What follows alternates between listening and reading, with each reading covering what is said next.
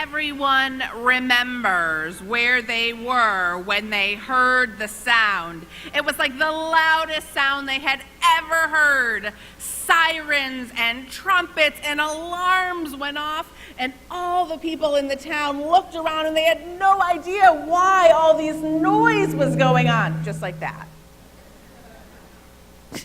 And then they found out that the queen had lost her precious diamond.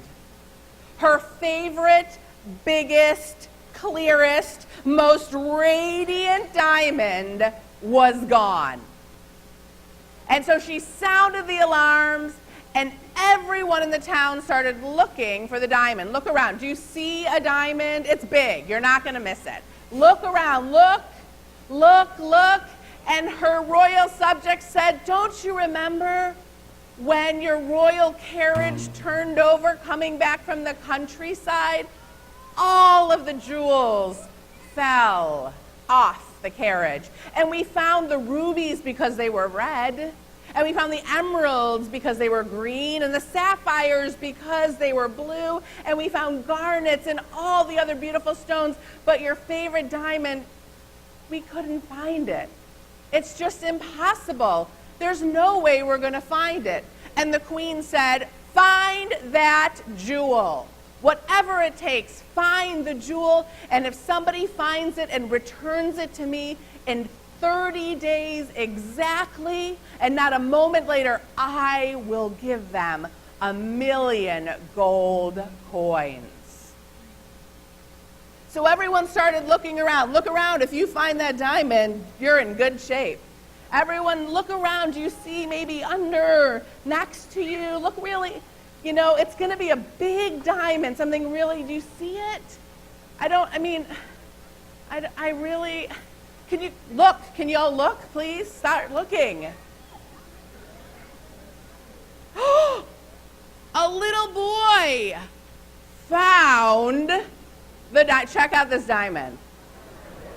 A little boy, now you know why the queen was upset. A little boy found this stunning diamond, and he took it to his mother and he said, "Look, Mom, I found the diamond.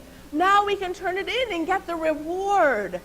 She said, "Where did you find it?" He said, "I was just out playing by the flowers and I found this beautiful diamond."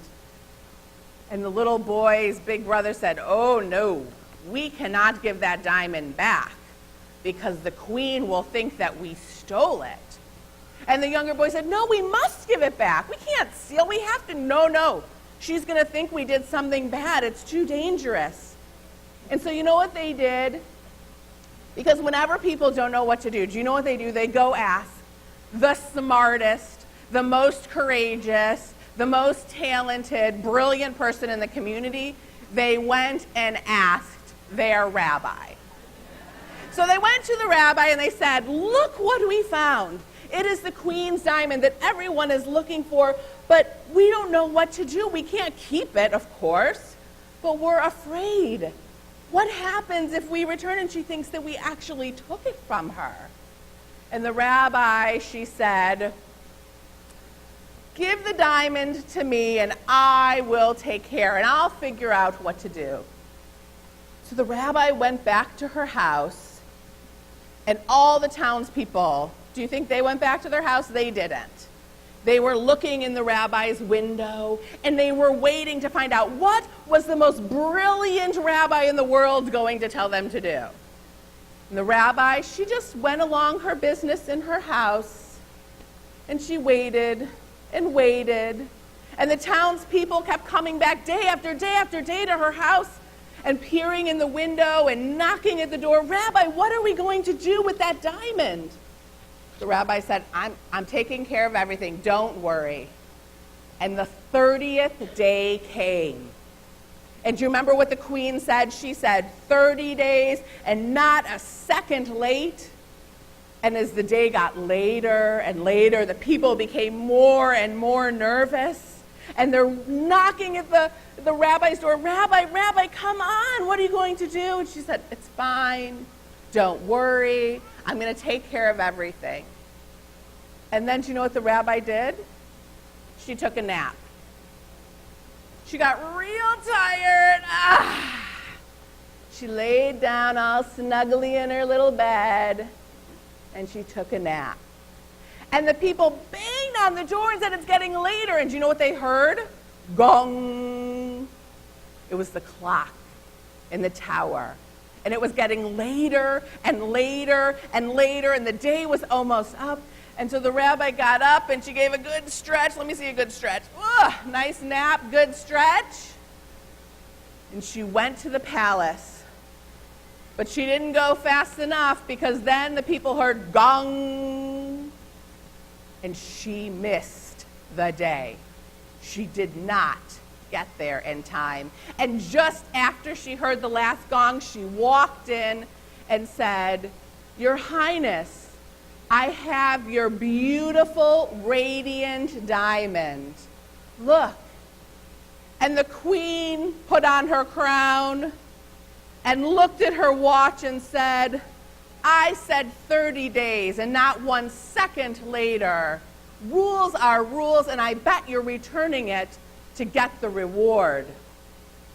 And the very wise rabbi said, No, I'm returning it because my people have a rule that we do not steal and we do the right thing because it's the right thing, not for a reward.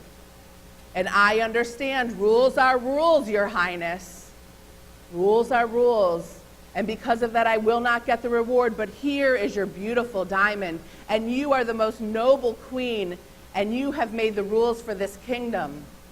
And so the queen took her diamond and she checked it over to make sure it was perfect. And it was. And the queen thought, what am I going to do? Rules are rules, and I have my diamond, and I said someone would get a reward, but it's very late now, and it's after. And she sent everybody home. And do you know what happened that night? Her royal carriage, when everyone was sleeping, went out into the town and knocked over 1 million gold coins into the town, and every house got to share them. The moral to the story, we do what is right because it's right. Rules are rules, and we take care of one another. Good Yontif, everybody.